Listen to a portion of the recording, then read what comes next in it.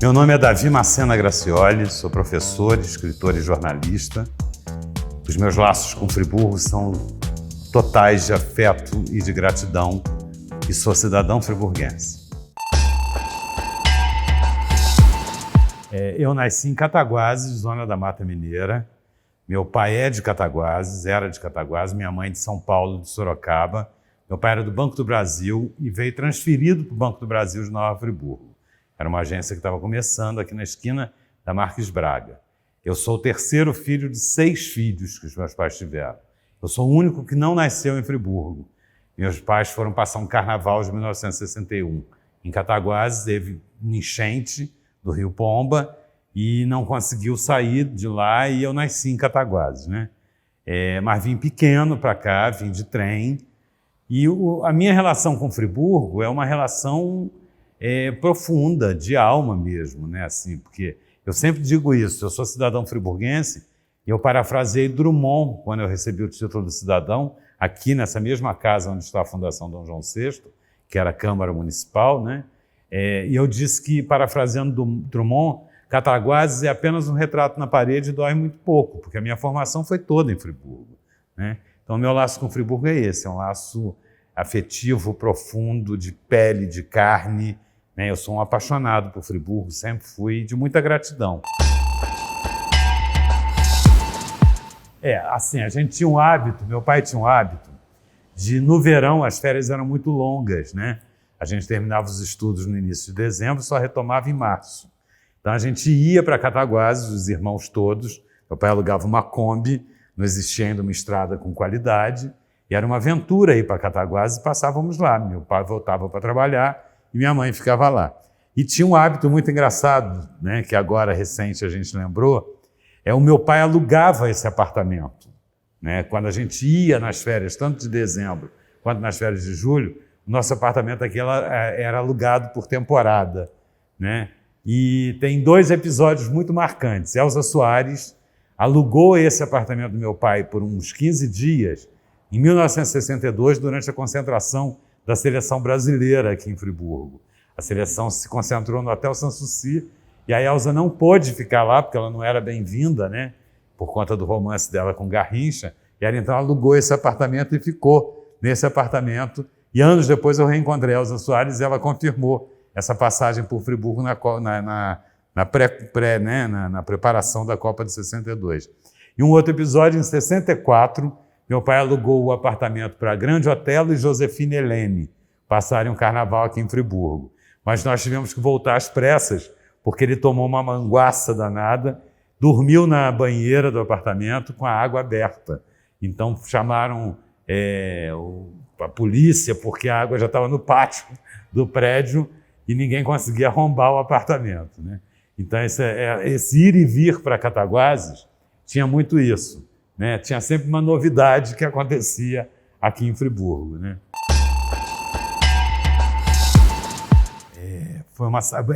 Eu tenho uma história que eu preciso contar antes, que é assim. Eu comecei muito cedo na arte, né?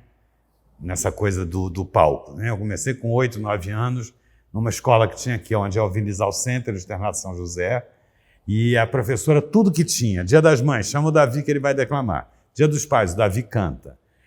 Natal, bota o Davi vestido de anjo. O Davi era tudo. E eu comecei a fazer teatro quando fui para o Colégio Anchieta, aos 9 anos. E aos 12 anos, 13 anos, eu ganhei um prêmio de melhor ator de um festival nacional e fui convidado para fazer Chico City, que era um programa do Chico Anísio, no Teatro Fênix ainda. E eu só gravei 2 episódios, porque eu não aguentava de saudade da cidade. Isso é muito marcante para mim. O meu pai no ônibus de volta perguntando assim, você não está feliz hoje? Eu tinha acabado de gravar o quadro. Era um quadro em que um garoto contracenava com o velho Zusa. Eu só gravei 2 vezes. Na segunda vez eu não estava bem. Era uma coisa de ficar lá o dia inteiro esperando a hora de gravar no estúdio, no Jardim Botânico. E aí eu falei com meu pai que eu não queria mais. E o meu pai ficou assustadíssimo com aquilo. Como é que você não quer mais, né? Uma oportunidade dessa. Eu não quero porque eu fico muito tempo longe de Friburgo. Então era uma coisa muito marcante esse amor meu por Friburgo, desde muito garoto, né?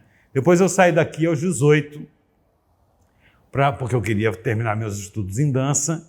Fui para Niterói, trabalhei na Telerge, fiz concurso para a Telerge, passei, para poder estudar, poder me garantir lá embaixo. E era muito doloroso para mim não subir no final de semana. Quando eu passava mais de 15 dias sem vir para Friburgo, me dava uma tristeza profunda. E quase sempre os estágios aconteciam nos finais de semana. Depois, para piorar, eu fui para São Paulo para terminar meus estudos, né, já em 81. Né? E aí, quando eu fui para São Paulo, foi a maior temporada que eu fiquei longe de Friburgo naquela minha juventude.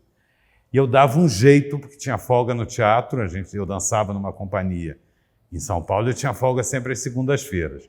Então, eu sempre arrumava alguém para me substituir no espetáculo de domingo, para que eu pudesse pegar um ônibus e vir para o Rio, do Rio subir para Friburgo, passava o domingo e a segunda-feira aqui, viajava segunda de madrugada para poder estar lá em São Paulo na terça-feira, mas eu tinha muita vontade de ver meus amigos, de ver as pessoas que eu gostava, sobretudo meus pais, né?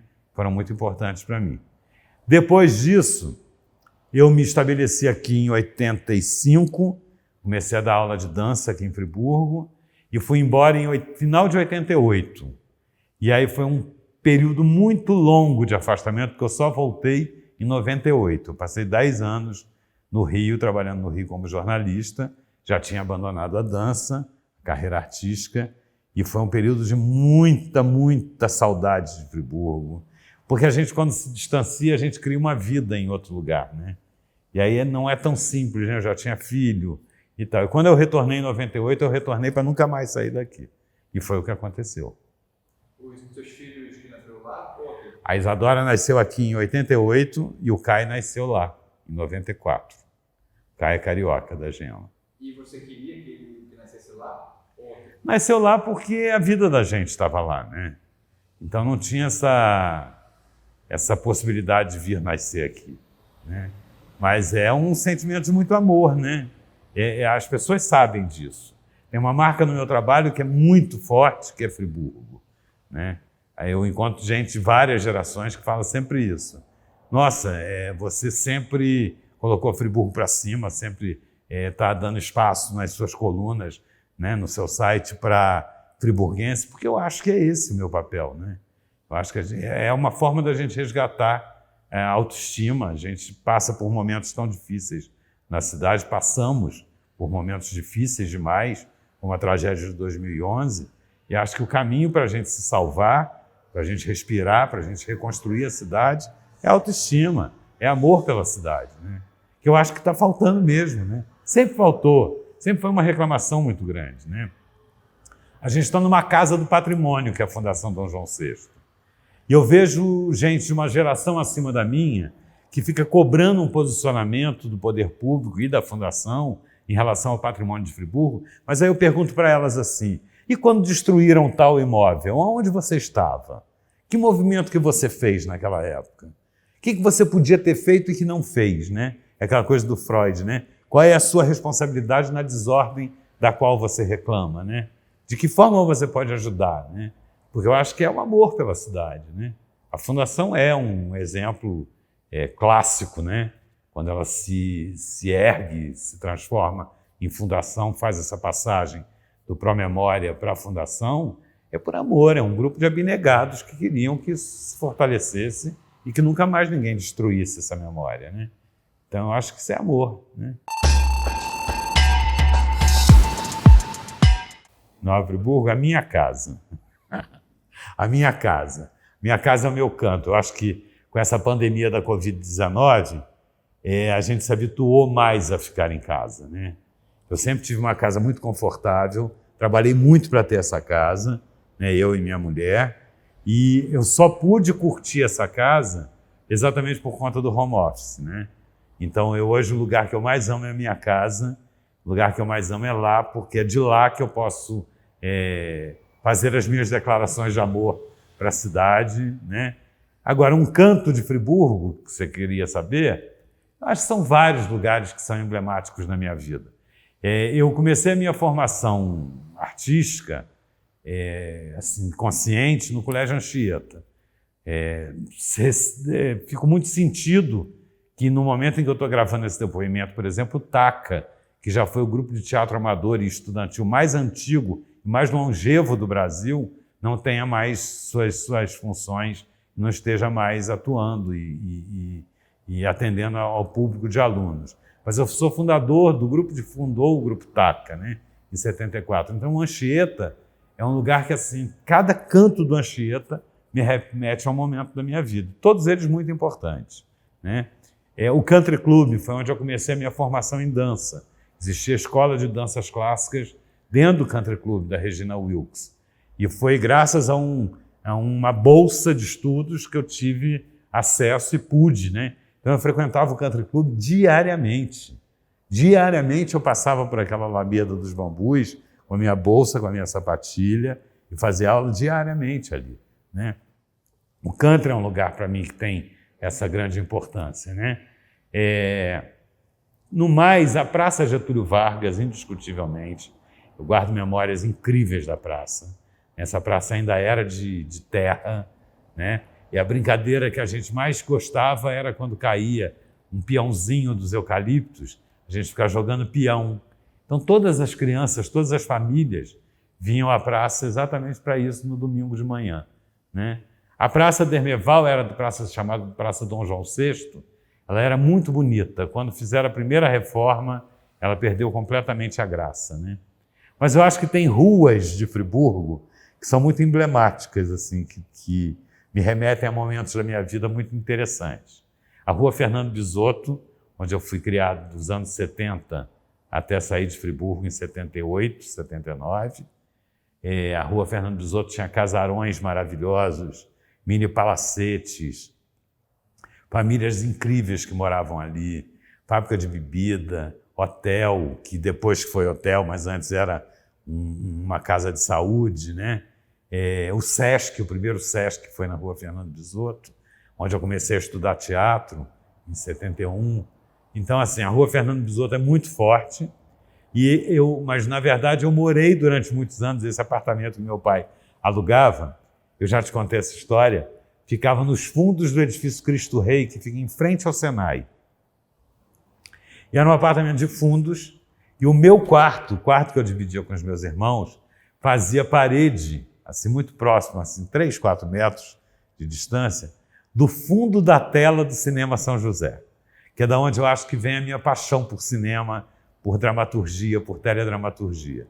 Então eu dormi até os 9 anos de idade. Toda noite a gente apagava a luz para dormir e a gente ouvia os diálogos dos filmes, como se fosse dentro do quarto da gente, né? As músicas de Candelabro Italiano, o Dólar Furado, são os filmes antigos da época, né? E aquela rua ali era a rua que a gente passava, a José Eugênio Milha, para pegar Dante Laginestre e vir para o colégio aqui na esquina, que é onde hoje é o Vilisal, né? Então, esse trecho é muito forte para mim. Toda vez que eu passo por ali é muito interessante. Onde é o Excalibur, por exemplo, era um terreno baldio, um terreno de esquina, onde tinha um garrafeiro. Era um cara que vendia garrafa e papelão. Uma coisa que não existe mais em lugar nenhum. Garrafeiro, né? Imagina, aquilo era bem anos 60, né? Tinha um cara que vendia na outra esquina, em frente ao centro de saúde, tinha um outro cara que vendia fruta. Então, a cidade, o desenho da cidade era muito diferente, né? O Senai ainda não tinha grades, então tinha um descampado na frente do Senai, onde a gente jogava futebol, né? Era tudo muito diferente, a cidade era muito diferente. Eu ainda lembro do último apito do trem. Deve ter sido 65, 64, 65, 66, 4. Eu me lembro da última vez, porque eu lembro dessa fala da minha mãe em casa, porque como a gente morava ali e fazia fundos para a Galeria São José, quando passou pelo Alberto Braune apitando, a minha mãe falou, é o último apito do trem. E isso ficou muito na minha cabeça, no meu imaginário, sabe? Na minha memória. Depois o trem ficou exposto muito tempo aqui na praça, em cima do Lago do Glaziu, né? Em cima do primeiro lago, né? O trem ficou ali exposto até que foi destruído. Como muita coisa da cidade foi destruída e continua sendo destruída, né? Porque a pior destruição para mim é a destruição da memória, sabe?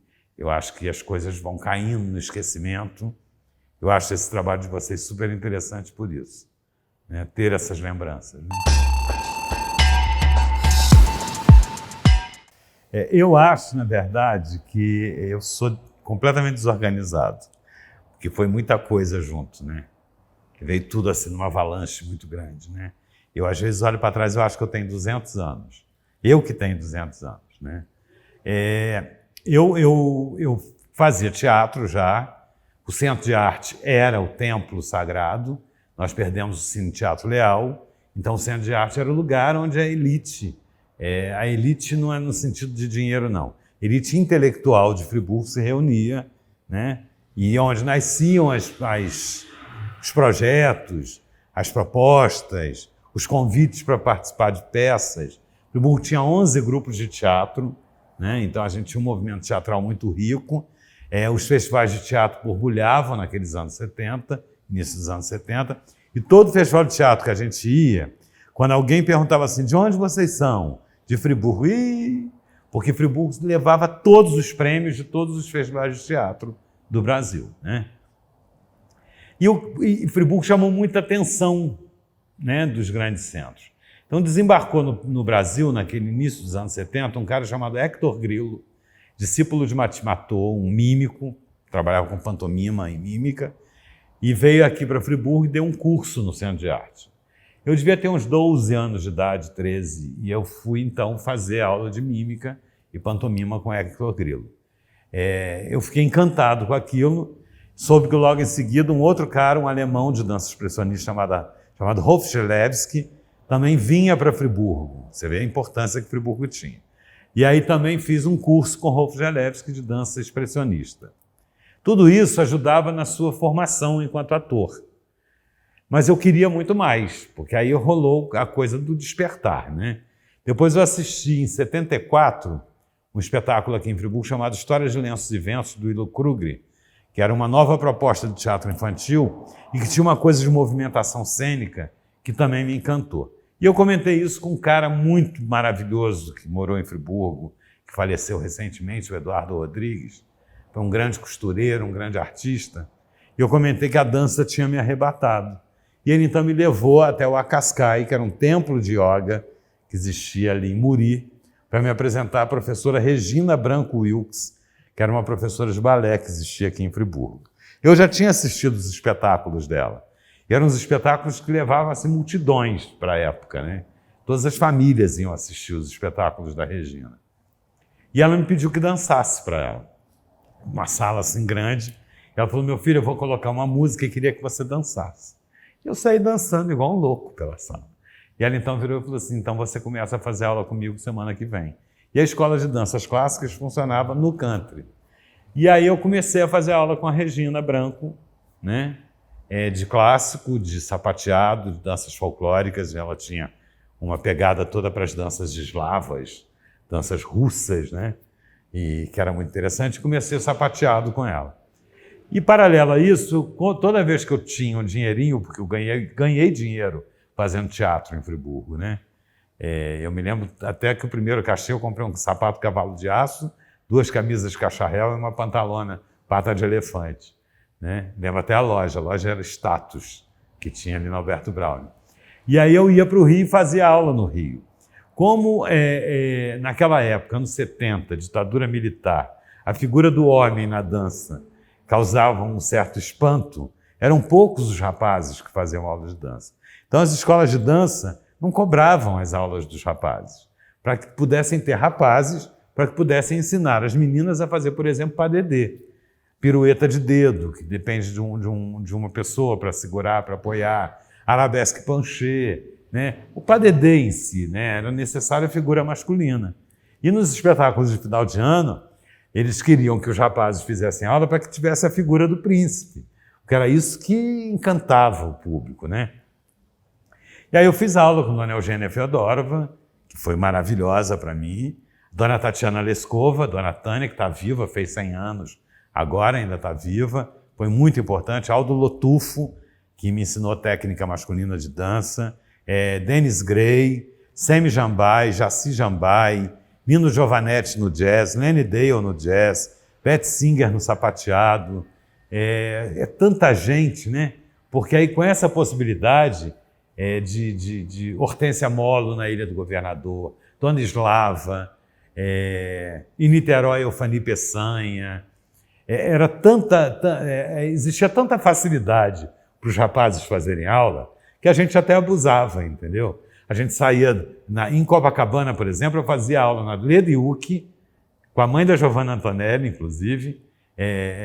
Eu fazia aula na Leda Uc, terminava a aula, eu atravessava a rua, ia para a Dona Eugênia, depois ia para a Dona Tânia, Nino Giovanetti à tarde. Então eu ia para o Rio, num dia, em 2 dias, eu fazia 15, 20 aulas de dança, né? O que ia aprimorando a técnica de todos os estilos, né? Depois eu precisava terminar algumas matérias que eram necessárias. Na época existia o sindicato, era o SATED, Sindicato dos Artistas. Não existia ainda o Sindicato da Dança, porque a dança não era profissão. Então, por exemplo, para eu receber cachê, era um tormento. Às vezes eu ficava 3 meses para receber 3 cachês juntos, tinha que pedir alguém para sacar, rubricar na frente de um gerente que confiasse, porque eu não podia abrir conta bancária porque bailarino não era profissão no Brasil. A profissão de bailarino no Brasil só surgiu nos anos 80, né? Então, até abrir o sindicato, até a profissão ser regulamentada, era quando você falava numa agência bancária, qual a sua profissão? Bailarino, era uma gargalhada, né? Porque tinha essa coisa do preconceito muito forte, né? Era inacreditável que você fosse bailarino e quisesse abrir uma conta bancária. Parecia que você estava cometendo um crime, né? E aí eu fui para São Paulo. Em São Paulo eu fui aluno de uma mulher maravilhosa, que é a Cris Calil. Fui aluno de Dona Odete, em Campinas, mãe de Cláudia Raia, né? Fui contemporâneo, inclusive, da Olenka, irmã da Cláudia. Fui da companhia José Leão, foi um cara que me ajudou muito na vida. E tive a oportunidade de dançar no Teatro Zácaro. Existia uma companhia, né, que a gente dançava espetáculos no Teatro Zácaro. Mas em dança eu fiz de tudo. Dancei em boate, dancei em show, dancei em festa típica de colônia. A Embaixada do Líbano precisa de um rapaz para fazer o sultão. Opa, tá pagando, me leva que eu boto turbante na cabeça e ainda danço, né? E era muito isso, né? Em São Paulo, por exemplo, a gente ganhava muito dinheiro fazendo par com as meninas para dançar tarantela nas festas italianas, né? Então, tudo que era possível a gente fazia. Isso foi um enriquecimento enorme. Quando eu retornei para o Rio, aí então eu fui do Balé da Rede Globo, né, da Elizabeth Uliozzi, e eu tive a oportunidade de fazer os especiais da Globo, né, como bailarino, aberturas de novela, aberturas de programa, clipes para o Fantástico. Mas tudo isso não tinha nenhuma visibilidade naquela época, né? Hoje a gente observa, por exemplo, a abertura de uma novela Baila Comigo, né, uma novela das 9. Hoje é que isso te chama atenção para a dança, para o movimento. As pessoas não tinham essa consciência. Não existia a internet, não tinha globalização, sabe? As pessoas não tinham conhecimento de absolutamente nada, né? Quando você dizia assim, estou estagiando no Teatro Municipal de São Paulo, as pessoas quase infartavam na sua frente. Porque quando você falava de carreira artística, era um pecado. Eu hoje olho para trás assim e penso que pais maravilhosos são esses que eu tive, que me permitiram tudo isso, né? Numa cidade do tamanho de Friburgo, estudando no Colégio Anchieta, né? Que era o ninho do preconceito, né? Aí você me pergunta, foi difícil para você? Não tenho a menor noção, porque eu nunca dei a menor importância a qualquer comportamento preconceituoso. Sofreu bullying? Devo ter sofrido. Devem ter dito um monte de bobagem para mim e que eu passava como se não estivesse ouvindo absolutamente nada. Eu era muito focado no que eu queria, sabe? Eu queria ter uma formação rica e isso a dança e o teatro me deram, né? A disciplina que eu tenho no jornalismo, a disciplina que eu tenho no magistério, nas minhas funções como roteirista, eu acho que todas elas vêm do teatro e da dança, né? E com um agravante, a minha mãe era bibliotecária aqui, nesse mesmo prédio, né? Na Biblioteca Pública Municipal durante 25 anos. Então, a gente, quando estava no início da adolescência, a gente vinha para a biblioteca, os filhos, e a gente fazia uma mesa dos irmãos, e a gente lia o dia inteiro, até dar 8 horas da noite, e ia embora com a minha mãe, né?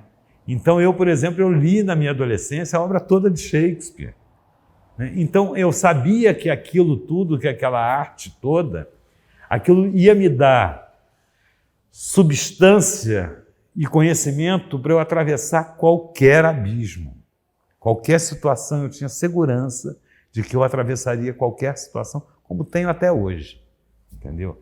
Pode parecer até arrogância, mas quem me conhece sabe que não é não.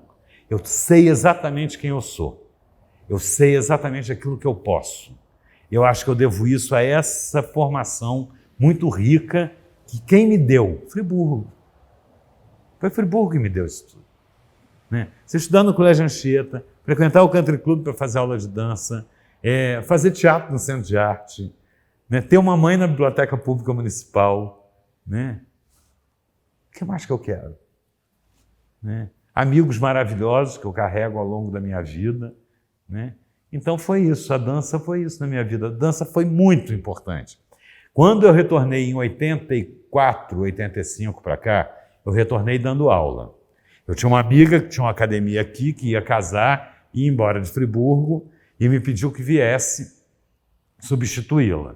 Acontece que ela resolveu em cima da hora que não ia mais embora.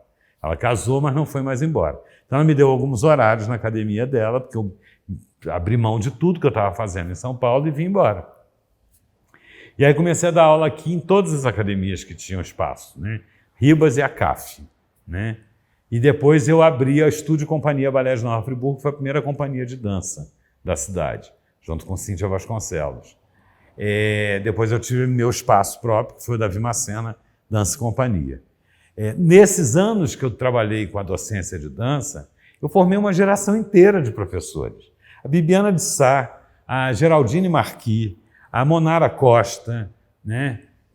O Wellington Vieira, foram todos meus alunos, né? Eles aqui na década de 90, então retornaram para Friburgo, depois de terminarem suas formações acadêmicas, e tocaram a dança, né? Então, é assim, Regina Branco, Davi Macena e Fátima Zarif, e depois vem essa nova geração toda, foi toda Adriana Xavier, Ana Paula Rocha, todas foram minhas alunas, né? Fernanda Batista, e eu tenho um orgulho tremendo disso, né?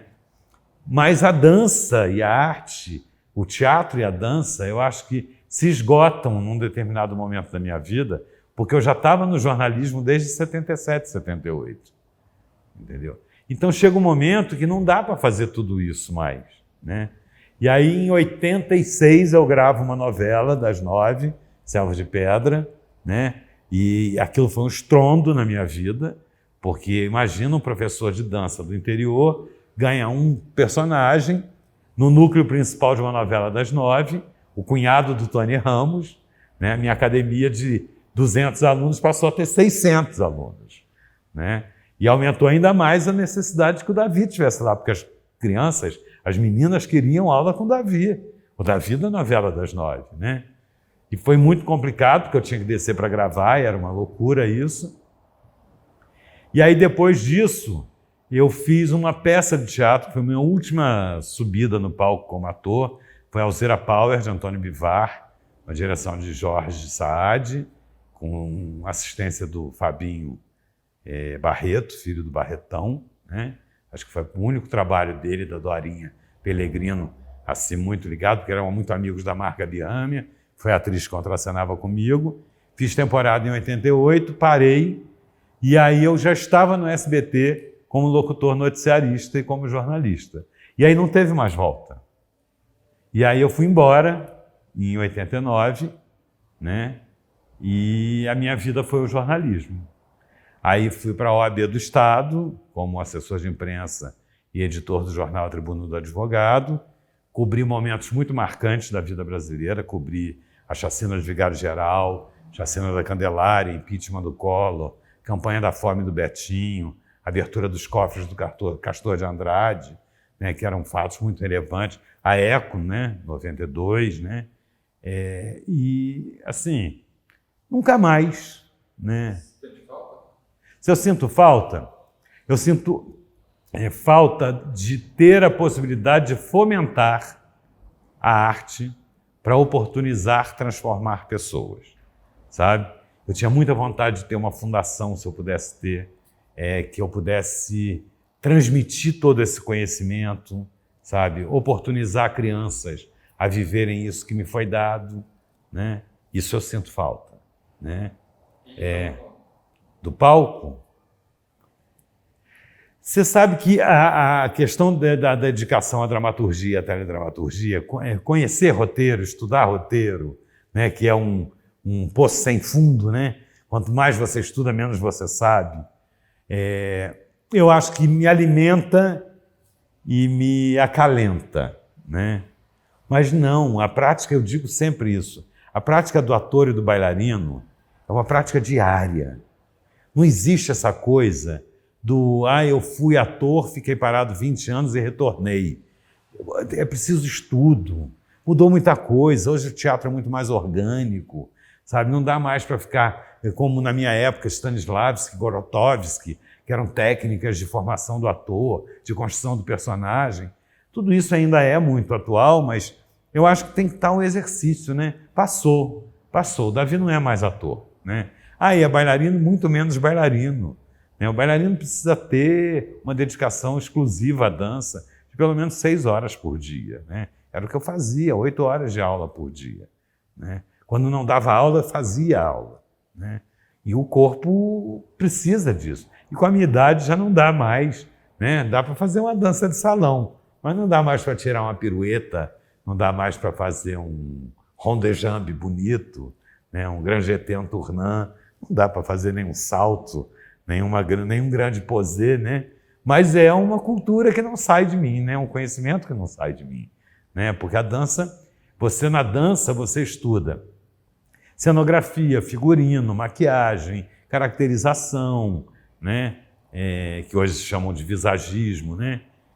Além da dança, você estuda os estilos, né? Afro-brasileiro, danças folclóricas, danças russas, clássico, moderno, contemporâneo, Martha Graham, são as escolas, Vaganova, a escola Secchetti italiana. Você estuda tudo isso. Para cada escola tem um movimento de braço, tem um posé, uma postura diferenciada.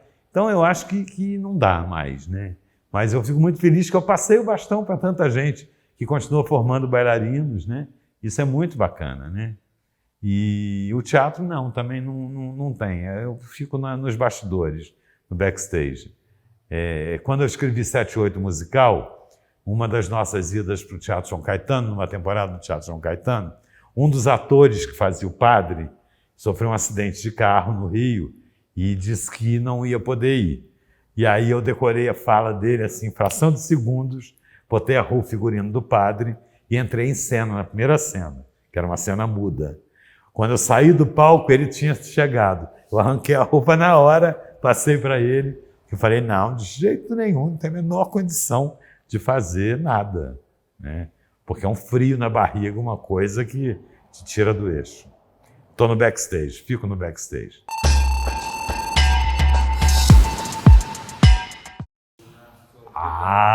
O carnaval é uma loucura. O carnaval é uma loucura. A primeira lembrança que eu tenho do carnaval foi um bloco de sujo, que eu achava sensacional. Eu vim com o amigo do meu pai, Pipi, Joaquim Marques, faleceu agora, recente, não deve ter 2 meses. Foi um homem muito importante na minha vida, assim, porque foi o afeto, né? Foi o paizão, né?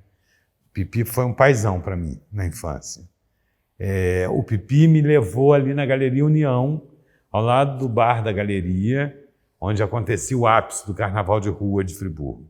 Eu me lembro que eu vi os mexicanos, que era um bloco de rapazes que tinha aqui em Friburgo, vi os blocos de sujo, fiquei encantado com as fantasias, ganhei uma espirradeira, né, de água e fui para casa. À noite, tinha um desfile das escolas e dos ranchos. Ranchos, blocos e escolas. Eram mínimas, eram pequenas. Ainda tinha uma corda, não era arquibancada. E tinha uma corda assim, dividindo Alberto Browne, sabe?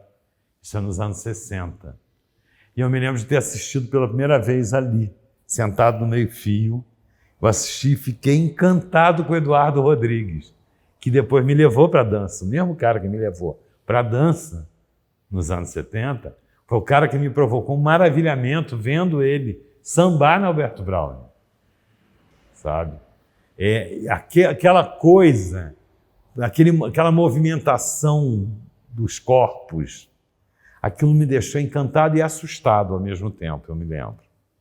Depois, nos anos 70, já em 72, 73, eu assisti um desfile e, de novo, eu vi o Eduardo Rodrigues já com uma roupa de luxo, desfilando também, e fiquei encantado, embasbacado com aquilo. E eu me lembro que eu falei com minha mãe assim, eu queria muito ser amigo dele. E minha mãe falou assim, um dia você vai ser amigo dele. Né? Depois eu assisti a Unidos da Saudade virar o Carnaval de Friburgo em 74, se não me engano, com as 4 estações do ano, que era um enredo incrível sobre Friburgo, e tinha uma comissão de frente muito parecida com o movimento hippie da primeira abertura do programa Fantástico, uma coisa assim meio mambembe. Aquilo me deixou maravilhado, fiquei louco com aquilo, uma coisa meio hippie, meio power, sabe? Assim, é sensacional aquilo. Aí no ano seguinte eu já saí da escola de samba. Eu já fui para a Comissão de Frente da Saudade, na Rampa do Mercado de São Salvador. E aí eu saí junto com o Tearte, que era um grupo de teatro que fazia a Comissão de Frente da Saudade. Era um grupo de teatro que ensaiava no GPH, lá no Cônego. E era um grupo dirigido por Miguel Ângelo Rotondaro, que era um professor de dança expressionista, e era sensacional aquilo, junto com Gilberto Leitão. E aí eu nunca mais saí do Carnaval, porque aquela entrada para Unidos da Saudade foi um fenômeno assim na minha vida. Me arrebatou completamente. Né? Porque tem essa coisa da arte, da alegria, da carnavalização da arte. Né? De pegar uma história e carnavalizar. Eu me lembro quando eu assisti Acadêmico das Browns, que fez O Romanceiro da Inconfidência, de Cecília Meirelles, e Marli Pinel foi a Marília de Dirceu. Né? São coisas que eu não vou esquecer nunca. A Village, quando fez o Guarani, também. Eu me lembro perfeitamente do Aramis fazendo Peri, que era um modelo de Friburgo, Aramis Grilo, e da Regina Celi Tufi. A Regina Tufi, que fez a Ceci. Né? Então são coisas assim das escolas de samba e do carnaval que são muito vivas na minha cabeça, muito. O movimento nas ruas, a forma como os blocos desfilavam, os personagens emblemáticos, Cláudio Lamblé.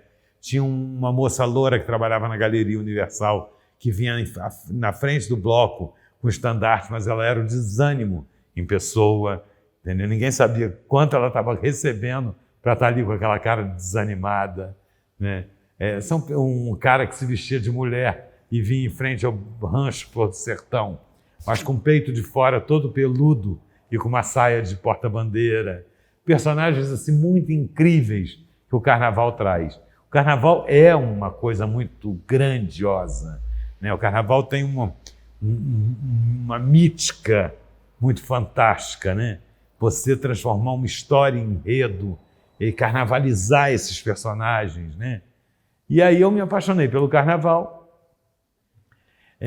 Saí em comissão de frente da Portela, no ano da Clara Guerreira, acho que no primeiro ano do Sambódromo, 84, se não me engano. Eu saí na comissão de frente da Portela, saí com Miguel Falabella em Vitis Vinífera, na Império da Tijuca, já saí em outras escolas de Friburgo, fui o maestro Carlos Gomes no enredo da Imperatriz de Laria, já saí na Alunos do Samba, saí muito na Alunos do Samba, saí muito no Raio do Luar, saí na Village de Feiticeiro, saí muito nas Brownies, saí muito na Saudade, já fui pai de santo na Saudade, no Carro do Morro. Eu adoro isso, adoro. Mas eu comecei a estudar porque eu achava que ali por trás daquilo tudo tinha muita história que precisava ser desvendada. E eu passei 4 anos, o Fernando sempre falava isso comigo. Você é louco, isso não tem fim, porque não tem fim. Você começa a pesquisar o Carnaval e não tem fim, porque o Carnaval é a carnavalização da vida humana. né? Você pega um monte de coisas que são emblemáticas, né? Quando você estuda que em 1916 aconteceu no Brasil a primeira micareta, a primeira micarreme, na verdade o nome é micarreme, do Brasil foi em Friburgo, porque choveu tanto em 1916 que o carnaval foi adiado para depois da quaresma. E o carnaval fora de época é chamado de micarreme, de micareta. A primeira do Brasil foi em Friburgo, né? Então agora, quando eles transferem o carnaval da pandemia para maio, não há novidade nenhuma nisso. Isso já aconteceu lá no século passado, em 1916, né? É incrível a formação das escolas de samba, né? Por que da simbologia da baiana, né? Por que tem o mestre-sala e porta-bandeira? O que é aquela dança do mestre-sala, né? E aí eu comecei a pesquisar o carnaval e acabei caindo em Friburgo, porque a gente percebe que o carnaval de Friburgo ele se desenvolve no mesmo tempo que o carnaval do Rio de Janeiro, com os cucumbis, com os capoeiras, as maltas de capoeiras, com os blocos, com as figuras emblemáticas dos personagens do carnaval. Quando o Almirante, que foi um grande radialista, em conversa com o professor Muniz Sodré, está no livro, né? Samba, a Síncopa do Corpo, quando ele fala que em 1915, 11, a Fábrica Ipu é de quando? 12. Então, 1915, o pai do Almirante foi convidado para assumir a gerência de produção da fábrica de cintas e suspensórios Ipu. E ele se transfere para Friburgo. E o primeiro contato que ele, enquanto garoto, menino, teve com o samba foi quando a mãe dele levou ele na Rua McNiven, está num livro, hein? Na Rua McNiven, próximo ao conglomerado da fábrica, para uma sessão espírita, e ali ele ouve os atabaques e os tambores fazerem a síncopa do samba. Então ele nunca esqueceu que o samba começa a mostrar sua cara em Friburgo em 1915. Né? É histórico isso. Isso data da mesma época que Tia Ciata estava lá no Estácio, no Rio de Janeiro, né, brigando para que o samba e para que os afrodescendentes fossem às ruas tocando o ritmo que agradava a eles, que era o samba. Né? Então, quando eu caí nisso, que me deparei com esse depoimento, por exemplo, eu falei, cara, eu tenho que escrever. Né? Existe uma outra história que me encantou muito, que é a figura da Baderna, Marieta Maria Baderna, que agora já tem uma desconstrução, que o governo italiano não quer torná-la uma mulher de vida fácil e tal, mas os indícios da pesquisa que eu fiz mostram que ela morre aqui em Friburgo em 1870, né, num lupanar, que era uma casa de prostituição, né, na Rua do Arco, onde existiam fábricas de bebidas clandestinas. Né? E esse termo baderna, como ela era um sobrenome italiano, entra para o dicionário brasileiro como bagunça, porque ela é presa e na ficha do delegado de polícia diz que a moça estava promovendo uma baderna, porque os caras que andavam com ela eram chamados de baderneiros, que era uma espécie de fã-clube de bêbados que andavam com ela. Né? Isso é muito curioso. Né? E aí eu resolvi escrever um livro sobre o Carnaval de Friburgo, que é o Até Quarta-feira, que está sendo revisado. Né? Eu fiz uma parceria com mais 2 pessoas. Nós vamos reescrever Até Quarta-feira para ver se a gente lança em 2024, né? Junto com os 200 anos da colonização alemã, né? Se a gente lança o segundo livro, Até Quarta-feira 2, atualizado, com os campeonatos das escolas de samba, revisado com alguns ajustes e com novas entrevistas, novos personagens, né?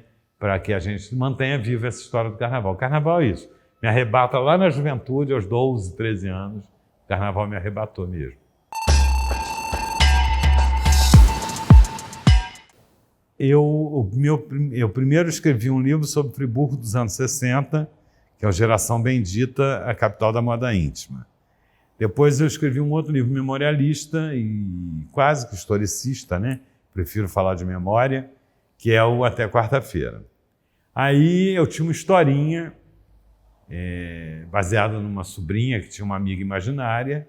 Eu fiz essa historinha, levei para um amigo meu, já um autor consagrado, que é um friburguense, o Arnaldo Miranda. Ele adorou e falou, Davi, esse livro você tem que publicar esse livro. eu acabei tomando coragem e publicando esse livro. Foi um livro que me trouxe muita alegria, porque foi para a segunda edição, foi lançado na Bienal, adotado no Brasil inteiro, é um livro que está esgotado, né? E que tocava num assunto que é o bullying, que era muito forte para mim também, né? Porque, por mais que o bullying não tenha me atingido, me cortado as pernas, eu imagino que uma pessoa que não tivesse a preparação que eu tive, a base e a estrutura familiar que eu tive, deve sofrer profundamente com bullying, né? E aí eu adorei a experiência, mas eu não queria a literatura infanto-juvenil, eu queria outro caminho. Aí eu escrevi Zeca Ventania, que também foi um sucesso, até hoje é adotado por escolas, né? Que também eu pretendo fazer uma segunda edição dele. E depois um trabalho que me tomou muito tempo foi Zuzu, que foi o último livro que eu lancei, que é um cordel, uma fábula cordelizada sobre a história de Zuzu Angel, né? E que teve uma visibilidade muito maior porque calhou de ser o ano passado, ainda estamos vivendo o centenário de Zuzu Angel. Então é um livro que vai ser lançado na Itália, com uma tradução italiana. Outros países se interessaram pelo livro Zuzu. Mas essa coisa do infanto-juvenil, e tem um outro livro adulto, que é O Homem que Comia Macumba, que só está nas plataformas digitais, que é um livro escrito a 4 mãos com Débora Simões, né? Eu gosto, e estou com um livro rafiado, assim, desenhado, sobre a pandemia da gripe espanhola, né? Ele se passa naquela época, em 1918, né? Mas eu ainda não consegui finalizar. Meu problema todo é tempo. Eu queria ter tempo para finalizar todos esses projetos. Inclusive, o que eu falei com Vanessa, de querer escrever sobre a vida social do country club nos anos 70, 80 e 90. Foi um boom, né? De elegância e de glamour em Friburgo. A literatura infanto-juvenil acabou que eu fiquei conhecido como um autor infanto-juvenil, né? Agora mesmo eu estou terminando um trabalho que são 3 livros infantis, que é para uma empresa, uma concessionária grande de água do Brasil, que me encomendou 3 histórias curtas para a faixa etária de 8 anos, de até 8.000 caracteres. Então são historinhas curtas, mas que fossem sequenciais, né? Sobre preservação da natureza, sobre água, sobre meio ambiente. Eu acabei caindo para esse lado, né?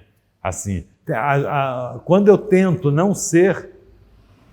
Eu tenho um livro que eu finalizei, que eu preciso revisar, porque eu queria ver se eu não surtei. Eu comecei escrevendo para criança e ele tomou um caminho outro, né?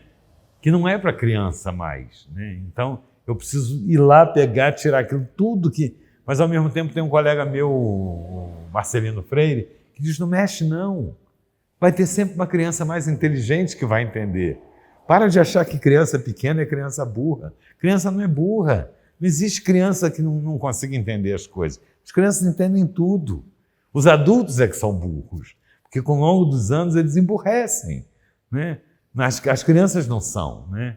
Então eu adoro escrever para criança. A sensação que eu tenho, na verdade, é que não sou eu que escrevo, né? Eu sempre falo isso. Há um diamond, sabe? Tem um cara que sopra e aquilo vem porque vem, falando uma língua que não é a minha língua, sabe? Tendo cuidado com as palavras que talvez eu não tenha, sabe? Porque a minha prática de escrita muito maior é o jornalismo, né? Que é factual, que é direto, que tem código linguístico, né? Quando você vai escrever para criança, é uma escrita muito pura, né? Precisa ser pura. Não precisa ser burra, ela precisa ser pura, né? Sim é sim para a criança, né? Não é não. Amor é amor. Tem essa coisa da linguagem adulta que, mas pode significar. Não pode, para a criança significa aquilo, sabe? Porque é prazeroso, né? Eu acho bacana, o que eu gosto de escrever para a criança é quando você encontra a criança que te leu e que já está formada numa graduação. E como eu encontrei um dia desse, e a pessoa virou e falou assim, eu estava arrumando meus livros, um menino, um rapaz, estava arrumando meus livros na casa da minha mãe, no Natal, e encontrei a Amiga Amélia autografada pelo senhor. Olha, eu li de novo e até chorei. E aí, que emoção maior do que essa? Essa é a grande... É o ganho, né? Porque viver de livro no Brasil é impossível. Mas o tesouro, né? O que paga esse seu trabalho, esse processo, porque, na verdade, eu acho que a arte não é o trabalho final, a arte não é o produto final, a arte é o processo, né? E o processo da escrita de um livro é muito complicado, né? Esse livrinho de 8.000 caracteres sobre meio ambiente, por exemplo, demandei pelo menos uns 6 meses surtado, acordando e pensando naquela história, né? Porque o tempo que você está desenvolvendo uma obra, você caminha com aqueles personagens dentro da sua casa, na rua, você vai fazer compra e alguma coisa te lembra aquele personagem, sabe? Não é uma coisa que você senta só ali naquele momento e se dedica àquela obra. Aquela história passa a fazer parte da sua vida, aqueles personagens, né? Então, volta e meia eu lembro da fala de um personagem do livro que eu estou escrevendo e eu volto para casa e vou lá corrigir, porque, não, essa palavra não é a palavra que eu queria. A avó não falaria assim com a neta, sabe? Não, isso aí tá muito infantil para uma menina de 8 anos, né?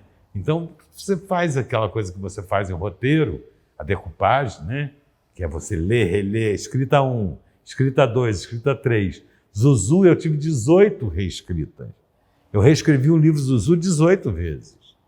Porque você tem que ter muito cuidado com o produto que você coloca no mercado. Tem colegas que não estão nem aí. O direito deles eu respeito. Eu é que sou muito chato. Eu é que sou muito preciso. Eu é que sou muito precioso nesse acabamento. E mesmo assim, é muito louco quando eu encontro outros colegas escritores que eu digo assim, cara, foi 6 vezes para revisão. Quando eu olhei e vi aquela vírgula fora do lugar, eu não acreditei, né? Porque é isso, o processo é esse, é muito lento, são muitas revisões, é muita coisa, né? Mas eu sou apaixonado pela escrita infantil, a infanto-juvenil me toca mais o coração, entendeu? E se Deus quiser, eu quero ver se eu reúno no meu próximo trabalho 6 contos que eu tenho para crianças, num livro só, entendeu? Porque dá menos trabalho. Que aí fica um livro grande, assim, fica um filho grande, sabe? Porque os livros... Porque tem uma coisa que eu aprendi, que o livro tem uma vida, né? É igual criança. Você lança o livro, mas ele só acontece 2 anos depois. 2 anos depois, Zuzu tá bombado. 2 anos depois, a Amiga Amélia estava indo para a 2ª edição. Entendeu? É incrível como leva um tempo para as pessoas assimilarem aquele livro, né? Então, eu queria lançar um já bem gordo, sabe? Que ele cumprisse aí um período grande, porque as pessoas passam por você na rua e falam assim, quando é que vem o próximo livro? Né? E o próximo livro? Né? E criança, principalmente, fala, qual é o próximo? Qual é a próxima história? Né? Então, tem várias histórias vindo aí, né? Tem uma que eu amo, que é Galileu Galilei, qual é a diferença?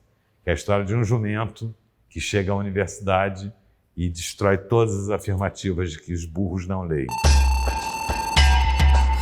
Como você se define politicamente? Eu sou um friburguense que amo a minha cidade e completamente focado em fazer pelo coletivo da minha cidade, sabe? Sempre, sempre, sempre, sempre. E aí, talvez isso responda por que eu fui secretário de 7 prefeitos diferentes nessa cidade. Secretário ou diretor de alguma coisa, né? Eu comecei trabalhando, fazendo eventos na época do Alencar Pires Barroso. Depois eu tive uma passagem rápida no primeiro governo do Paulo Azevedo. Depois retornei a Friburgo em 98 no governo Paulo Azevedo. Depois trabalhei com Heródoto, trabalhei com Dermeval, trabalhei com Serginho, trabalhei com Rogério Cabral e trabalhei com Renato Bravo. Na verdade, trabalhei 8 vezes, em 8 governos diferentes, né? E nunca desfoquei, eu sempre tive o meu foco em cumprir o meu papel, a minha missão, né? Para quem me paga, que é a população, né? Para o povo, para a maioria, que é o coletivo. Eu acho que o homem público ele não pode ter projeto pessoal, sabe? O homem público ele tem que ter projeto coletivo, tem que ouvir a cidade. Aliás, ouvir a escuta é, na verdade, o grande segredo do sucesso de qualquer homem público, né? Então, eu me vejo assim, politicamente, eu me vejo friburguense. Meu partido político é Nova Friburgo. Posso contar absolutamente nada, porque não tem necessidade de eu contar. Eu só acho que há uma herança do brasileiro de uma forma geral. Eu não uso nunca a palavra há uma cultura, porque cultura para mim é sempre o positivo. Cultura é plantar e colher, sabe?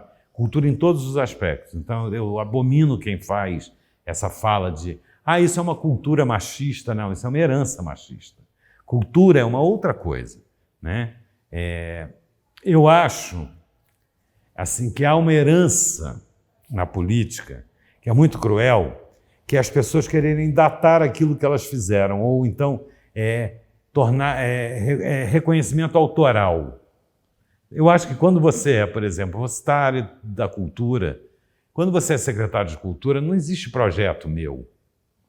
Existe um projeto que a minha equipe solidificou e brigou para colocar, para acontecer, né? Então aquilo não é do Davi, não foi o Davi, por exemplo, que tombou os imóveis de Friburgo. O Davi foi um facilitador como secretário de Cultura de um trabalho feito por uma equipe formada pela Lilian, pelo Luiz Fernando e por outros profissionais que trabalharam no mapeamento desses imóveis, né? E que o Davi foi o facilitador que foi ao prefeito dizer, assina aqui. Foi no governo X que aquilo aconteceu, mas não foi o Davi, né? Não foi o Davi que criou o projeto tal, sabe? Para com isso, isso é uma babaquice, sabe? Isso é uma vaidade desnecessária, sabe? O Davi foi secretário de Cultura e teve uma equipe maravilhosa todas as vezes em que foi secretário de Cultura, e essa equipe ajudou a colocar todos os projetos dos coletivos, os projetos que o Conselho, que o projeto que a classe artística gostaria que acontecesse. Foi assim. Mais do que isso, o Davi não pôde fazer, né? Porque nem ele, nem a equipe dele, né? Nem a secretaria, nem o sistema político permitia que fosse feito, sabe? Então, eu acho essa coisa de criticar o colega que foi secretário, essa coisa de contar os bastidores, acho muito perigoso, assim, sabe? Mas eu acho que a gente passou por um momento muito cruel em Friburgo, que é o momento em que nós perdemos um pouco a identidade, sabe? Uns forasteiros que tiveram por aqui, né, que se instalaram na cidade e que vieram com essa cultura da vaidade na política, sabe? Isso é muito cruel, né? Mas, assim, nada, não tem nenhum escândalo, não, sabe? Nada que todo mundo não saiba, sabe? Todo mundo sabe, as coisas em Friburgo todo mundo sabe. Os áudios que vazam, as fotos que vazam, sabe? As falas infelizes, o porre homérico, sabe?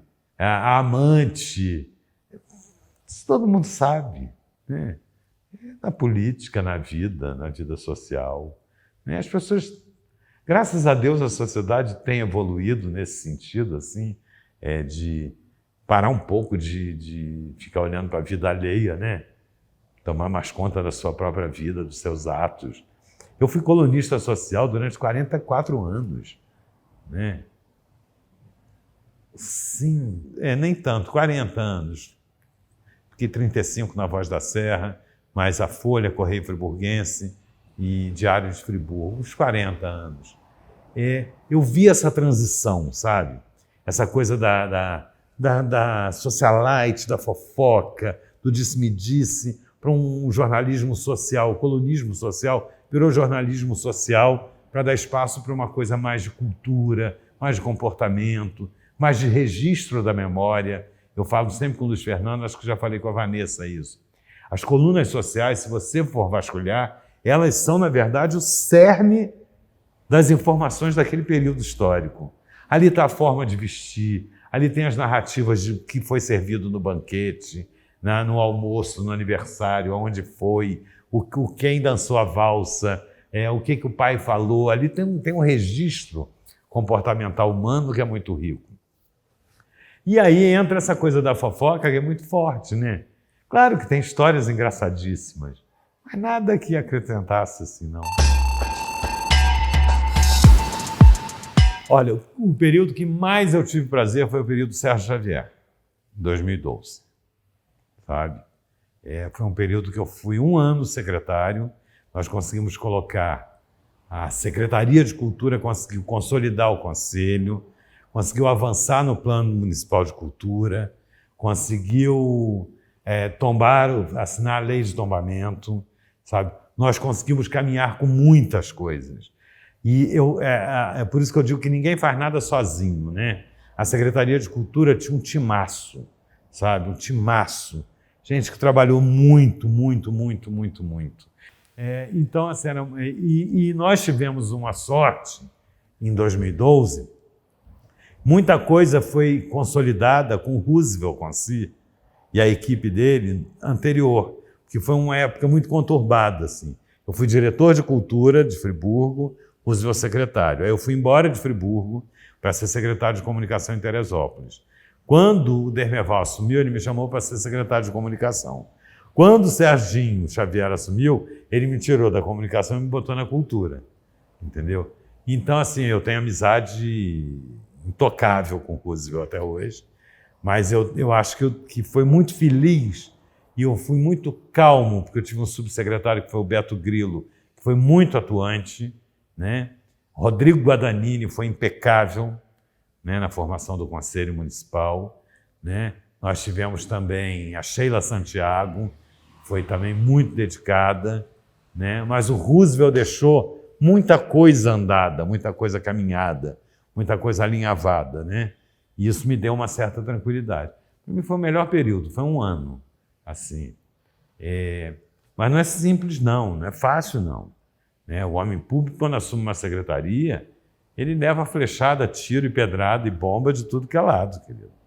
Sabe? Eu acho que todo mundo tinha que sentar naquela cadeira uma vez na vida, para entender quais são as limitações, quais são as dificuldades, né? Aliás, de uma forma geral, todo mundo deveria trabalhar no serviço público uma vez na vida para entender que não é tão fácil assim, né? E que não é tão fácil exatamente porque há um nível de cobrança muito mais alto do que o nível de possibilidades de realização, né? Se a sociedade desse a gente possibilidade de realizar, né? A gente vê em vários projetos que estavam prontos para acontecer e que há uma grita, e Friburgo tem esse coro, que é a grita do contra, pelo contra. É só pelo contra. Ah, não, vamos fazer barulho porque está indo muito bem, sabe? Vamos viabilizar esse projeto porque eu não faço parte dele, por que não me chamaram? Sabe, é muita vaidade, é muita dificuldade, né? Então, ser homem público em Friburgo, sobretudo, com a história política que Friburgo carrega, de altos e baixos, de muitos golpes, de muitas puxadas de tapete, sabe? É muito difícil. É uma louca perdida no mar, sabe? Eu acho que insistem numa coisa que não existe. Friburgo nunca foi uma cidade turística, de visitação de ônibus, de excursão. Nunca foi. É só dar uma olhada na história que você vai ver isso. Eu fui gestor do Palácio Quitandinho, em Petrópolis, Sesc Palácio Quitandinho, que sim é uma cidade turística, né? Terça-feira, 8 horas da manhã, na frente do Quitandinha, tem 18 ônibus de turismo vindos de diferentes lugares do Brasil para fazer visitação ao Quitandinho. Isso é uma cidade turística. Friburgo não tem isso. Friburgo não tem essa herança. O turismo de Friburgo, me corrija a Vanessa, né, era turismo de saúde, turismo salubre. As pessoas vinham para cá no verão porque o ar aqui era bom, né, porque o avô tinha comorbidade, então no verão vamos para Friburgo, né, e Friburgo era uma cidade de veranistas. As pessoas tinham casa em Friburgo. O que fazia girar dinheiro aqui era o turismo cultural, sobretudo do cinema, com Odson Macedo, tanto que o bairro dos Artistas, no Cônego, era um bairro habitado e construído por artistas daquela época. Ivon Cury, Lourdes Maier, Rodolfo Maia, né? Tantos outros, o Sombra da Rádio Nacional, né? havia essa coisa do artista. Tinha um hotel em frente à estação, à prefeitura, da tia do Watson Macedo, que era do cinema, e onde ficavam hospedados os artistas do cinema brasileiro. Grande Otelo, Yvonne Cury, José Legói. E as pessoas vinham exatamente porque existia essa coisa de uma cidade linda, olha, o filme tal foi filmado no hotel em Friburgo, vamos a Friburgo, viajar a Friburgo, porque o ar é puro, o hotel, as praças, era isso, né? Então eu acho que insiste, o que Friburgo tem de muito rico é a sua cultura, né? É preciso transformar isso em produto, né? É uma cidade completamente perdida, uma louca, desarvorada, todo mundo dá pitaco, um quer que ela seja a capital da moda íntima, outra quer que ela seja a capital do montanhismo, outra quer que ela seja a capital da truta. Para com isso. Friburgo é a capital dela mesma, uma cidade linda, cheia de atributos naturais. Não, mas a gente pode fazer turismo rural. Já tem turismo rural em Friburgo. É tão rural que a gente nem vê esse turista, porque está na zona rural, né? É muito isso. Quem vai para Lumiar e São Pedro não vem ao centro de Friburgo, né? Friburgo tem gastronomia, tem um mega circuito gastronômico maravilhoso. Precisa melhorar atendimento, tem um atendimento péssimo. Sempre teve uma carência em atendimento. Aqui as pessoas têm vergonha de trabalhar no comércio. Aqui as pessoas têm vergonha de ser parte do serviço. É uma pena isso. No Rio de Janeiro, o garçom ganha dinheiro, mora bem, tem 3 carros, entendeu? Aqui as pessoas têm vergonha. É uma bobagem isso. Então, Friburgo eu não estou sendo negativista, não, sabe? Mas eu acho isso, eu acho que Friburgo tem tudo para dar certo. Tem que parar a torcida do contra, o coro do contra é que tem que parar. Quando a gente pensa na Praça Getúlio Vargas, que é um patrimônio, todo mundo sabe que é um patrimônio, sabe? Mas as pessoas insistem em perguntar coisas que já foram respondidas. Cortaram as árvores errado. Vai ficar nessa novela a vida inteira. Elas não vão rebrotar porque foram cortadas errado. Culpem aqueles que cortaram errado as árvores. Agora, permitam que a praça possa ser recuperada. Permitam que a praça tenha um projeto de escavação para mostrar a importância. Por que essa praça é tombada? É tombada exatamente porque tem um projeto paisagístico e arquitetônico que está encoberto. Por isso que ela é tombada, né? Então a gente precisa justificar. Parem com o coro do contra, sabe? Quando construíram o MAC em Niterói, foi uma gritaria. O MAC está fazendo 25 anos, o Museu de Arte Contemporânea. Tinha um grupo da antiga que achava o fim da picada de Jorge Roberto Silveira, pegar aquele lugar ali perto da Praia da Boa Viagem, né? Para fazer aqui uma obra do disco voador do Niemeyer. O que seria de Niterói hoje sem o Museu de Arte Contemporânea? Então hoje as pessoas gritam contra uma biblioteca Machado de Assis, que eu vejo do mesmo jeito que viam em Niterói o MAC, entendeu? As coisas precisam caminhar.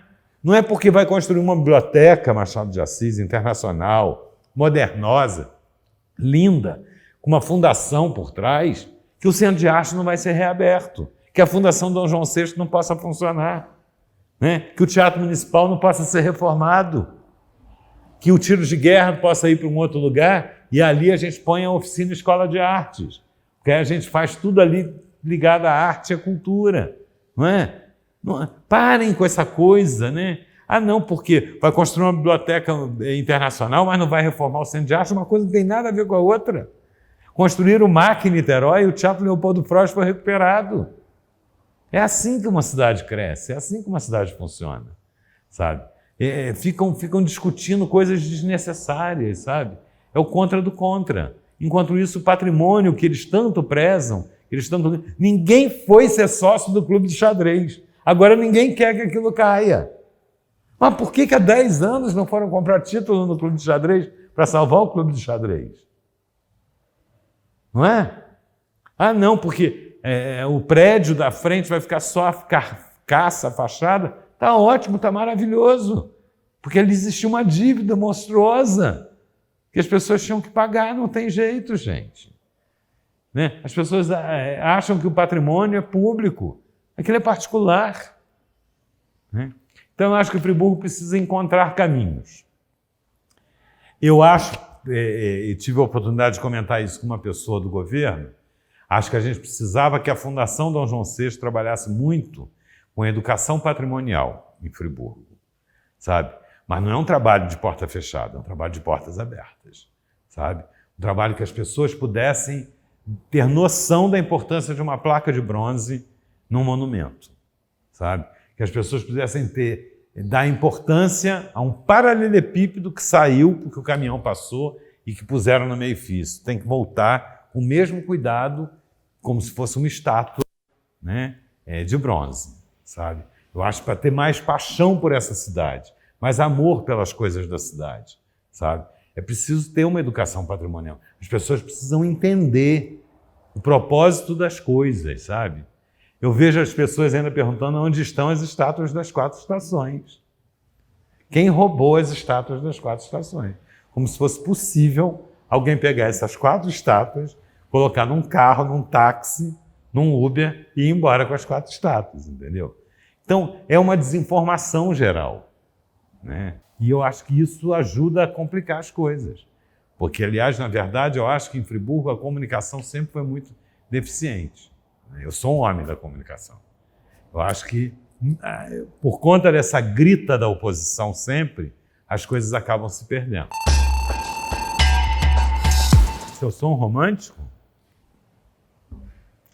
já fui mais romântico. Sei, eu acho que é um processo de evolução, inclusive dos sentimentos, assim. Eu sou um saudosista, isso eu sou, sabe? Mas eu sou um saudosista que não culpa as pessoas. Eu entendo perfeitamente que carnaval bom é quando a gente tem 18 anos. Então esse discurso de, no meu tempo o carnaval era muito melhor, isso é babaquice, né? No meu tempo a cidade era mais bonita, é outra bobagem, sabe? Eu acho que as cidades, elas são o espelho da sociedade e elas vão se desenvolvendo baseadas exatamente no que pensam os cidadãos. Agora, romântico, já fui muito romântico, muito, de um romantismo, mas não, faz tempo que eu não choro por alguém. Assim, eu sou mais saudosista mesmo. Meu pai era um homem frio, bancário, né, do tempo dele, né, não posso descontextualizar, nunca me impediu de fazer absolutamente nada, né? Mas assim, quando ele foi dançar pela primeira vez, eu ouvia ele roncar, né? Nunca foi um homem que fosse encantado com o que eu fazia, né? Talvez eu não fosse. Ele me deu muita força na juventude para que eu cansasse daquilo e seguisse um outro caminho. Mas assim, não foi um pai vibrante, mas foi um pai muito incentivador, nunca me proibiu de absolutamente nada, e que a gente fez um ajuste disso exatamente na maturidade, né? Quando minha mãe morre muito cedo, minha mãe morreu com 59 anos, né? E meu pai ficou viúvo 15 anos, né? E nesses 15 anos, eu fui um filho que me aproximei muito dele, né? E aí fui descobrir uma série de coisas, né? Porque tudo tem uma resposta, para tudo tem uma resposta. Meu avô era maestro em Minas, meu pai sonhava em ser músico, e meu avô, que tinha um conservatório, nunca permitiu que ele aprendesse música, porque ele não queria que o filho fosse músico.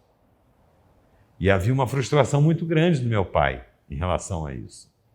Talvez isso justifique ele nunca ter me impedido de fazer absolutamente nada, mas ao mesmo tempo nunca foi tão próximo assim, né? E a minha mãe não.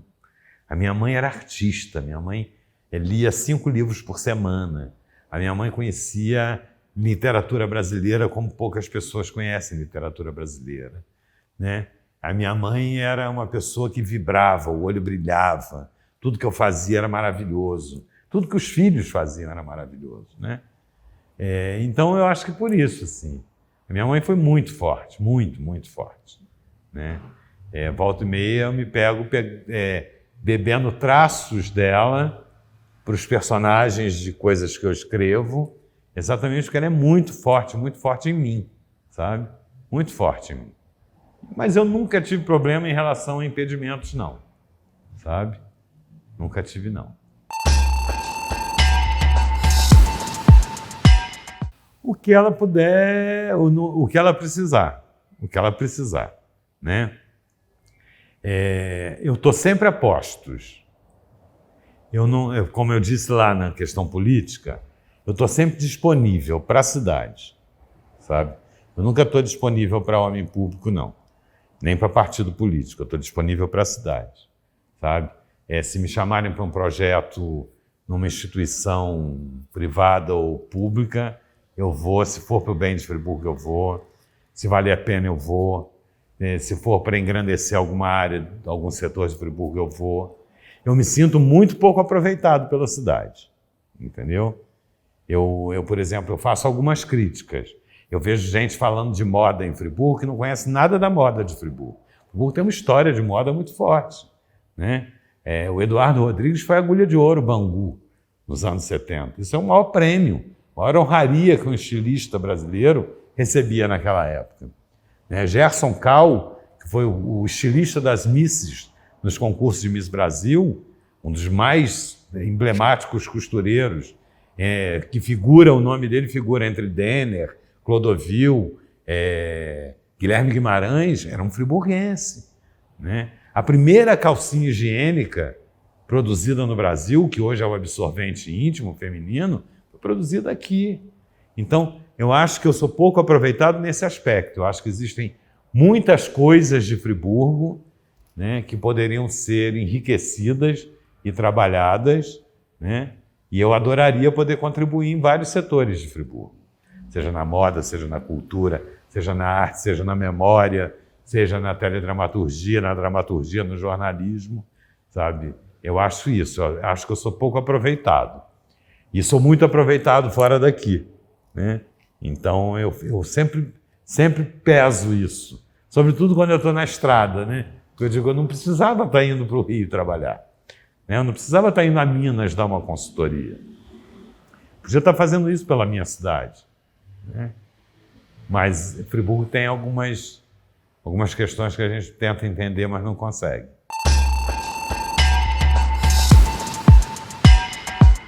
No meu futuro, continue produzindo muita coisa. Tem muito livro para sair, tem esse romance da gripe espanhola que eu quero colocar no papel.